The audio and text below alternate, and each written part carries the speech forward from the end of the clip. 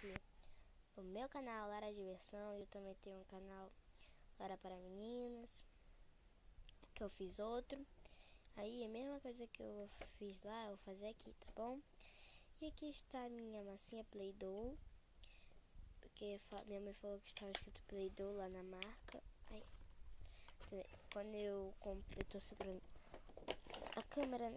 Aí tem que tirar do pé, viu, com facilidade. É massinha Play-Doh. Aí minha mãe falou que ela comprou na loja americana, falou que tava baratinho. Ela quis comprar porque tava querendo um negócio de Play-Doh. Aí ela não pôde comprar porque ela queria comprar uma coisa mais simples, né? Então primeiro eu vou mostrar a roxa. É da Hello Kitty, tá, gente? Tá, olha, viu, abrir as duas na mesma hora. Primeiro eu vou mostrar a rosa, né? Porque já tá aberta. A rosa é bem macia. Olha que rosa linda. Peraí, deixa eu tentar tirar, tá, gente?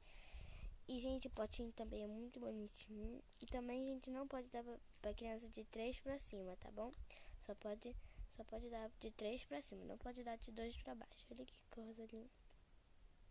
Não dá pra tirar direito mesmo. Ai, que rosa. Também foi muito barulho por causa do fechado. Agora eu vou pegar azul pra vocês verem. Aqui é azul. Coisa mais bonitinha, gente. O azul tão lindo. A tampa parece verde, né, gente? Agora eu vou abrir aqui pra vocês o verde. Ai, consegui. Olha o verde.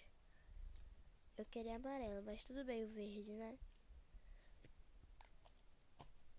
Agora eu vou mostrar o roxo. Olha o roxo, gente. E, gente, é 30 reais. Não estou falando aqui só isso. É 30 reais. Não é. Porque eu sumi com pouco. Então, todo mundo tá nesse negócio aí de... Ah, a moeba. Também tá lançando aí pelo YouTube inteiro. A moeba, como se faz a moeba. Todo mundo fazendo a moeba. Até a Bel fazendo a moeba. E todo mundo esqueceu a massinha.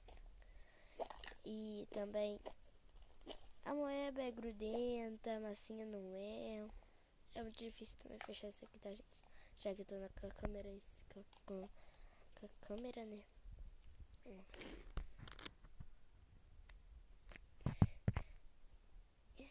Vou tentar fechar o verde agora. Então, meninas, se você gostou, curte, se inscreva no meu canal, compartilhe. Comece agora, por favor, galera. Curte aí meu canal, comente e compartilhe.